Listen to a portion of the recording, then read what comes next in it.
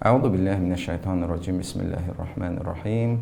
Ramazan ayı boyunca Ayətullah Sistan, Ayətullah Xameneyi və Ayətullah Məkarim Şirazi ağaların nəzərlərini siz əzizlərin diqqətinə çatdırırıq. Bu məsələlərdən də biri, daha çox sual olunan məsələlərdən də biri süd verən xanımın oruc tutması məsələsidir ki, alimlərimiz buyururlar, əgər bir şəxs övladına süd verərsə və həmçinin oruc tutmaq istəyərsə, tutduğu oruc nə onun özünə zərəri var, nə körpəsinə zərəri var, nə südünün azalmasına səbəbdir, nə uşaq üçün narahatçılıq yaradarsa, əgər belə bir halət baş verməsə, bu şəxs adi qaydada orucunu tutacaqdır. Amma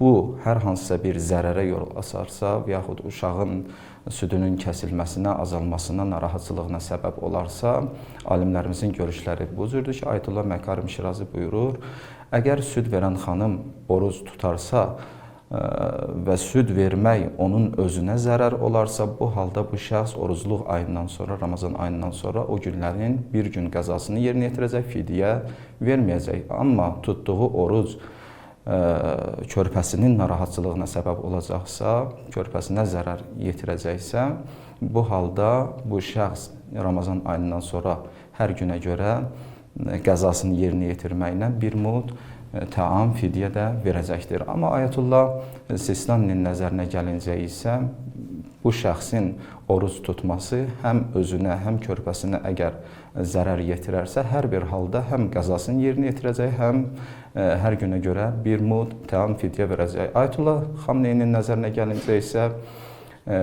süd verən şəxs tutduğu orucun zərəri özünə olacaqsa, ehtiyata görə qəzadan əlavə bir mud təam da verəcəkdir. Amma körbəsinə zərər olarsa, həm bir gün qəza yerinə yetirəcək, həmçinin bir mud təam, fidyə verəcəkdir. Vəssalamu aleykum və rəhmətullah.